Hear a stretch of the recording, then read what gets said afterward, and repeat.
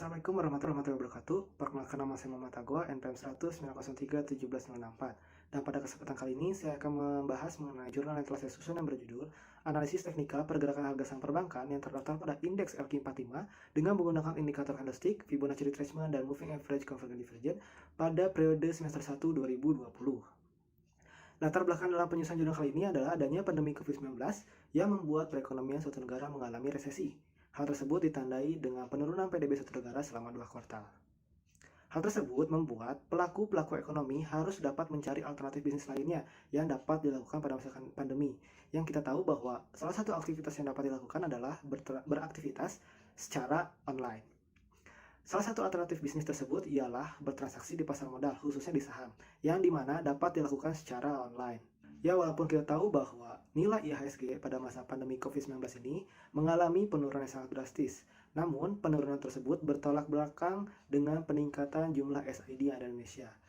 Tercatat bahwa tahun 2020 merupakan tahun di mana terjadi peningkatan tertinggi sepanjang sejarah jumlah SID yang terdaftar, yaitu di atas 45% dari total SID yang telah tercatat sebelumnya. Namun, terdapat beberapa PR yang harus diperhatikan oleh investor-investor yang baru masuk di dunia saham, yaitu mereka harus dapat memilih emiten-emiten yang tepat agar terhindar dari resiko. Sebagian besar pakar sering merekomendasikan kepada investor-investor yang baru ini untuk menginvestasikan dananya pada perusahaan yang terdaftar di indeks LQ45. Karena indeks LQ45 isinya itu perusahaan-perusahaan yang memiliki kapitalisasi pasar terbesar dan memiliki likuiditas tertinggi, sehingga dapat mengurangi penurunan harga yang sangat drastis. Tetapi, terdapat rekomendasi selanjutnya agar dana yang kita investasikan itu lebih aman, yaitu memilih saham-saham defensif. Apa itu saham defensif? Saham defensif adalah saham suatu perusahaan yang dimana perusahaan tersebut telah terbukti mampu melewati masa krisis ekonomi. Salah satunya yaitu sektor perbankan. Kita tahu bahwa sektor perbankan ini mampu melewati masa krisis ekonomi tahun 2008, tahun 98, tahun 2013, dan terakhir tahun 2020 yang dimana sektor perbankan ini mengalami perbaikan ke arah yang lebih baik.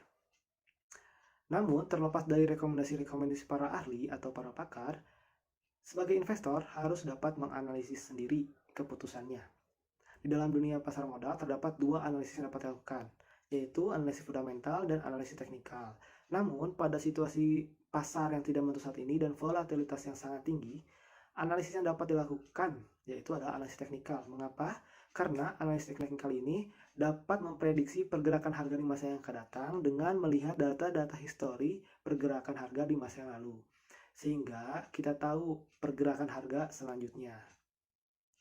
Dari latar belakang yang telah saya jelaskan sebelumnya, maka terdapat beberapa rumusan masalah, yaitu bagaimanakah tren pergerakan harga saham perbankan di indeks LQ45 dengan menggunakan indikator candlestick, bagaimanakah level-level resisten dan support yang terbentuk dari Fibonacci retracement, bagaimanakah sinyal-sinyal yang muncul dari indikator MACD untuk menentukan keputusan investasi, dan yang terakhir adalah bagaimana rekomendasi keputusan investasi yang dapat dilakukan oleh para investor. Langsung kita masuk ke dalam sesi pembahasan. Ya, kali ini kita akan masuki sesi pembahasan. Tapi saya akan informasikan terlebih dahulu bahwa di sini saya akan membahas satu saham saja karena keterbatasan waktu. Serta penggunaan analisis teknikal ini rata-rata sama semuanya, tidak ada perbedaan. Baik, kita lanjutkan. Saya di sini memilih saham BBCA. Dapat dilihat pergerakan saham BBCA dengan menggunakan indikator candlestick, Fibonacci retracement, dan MACD.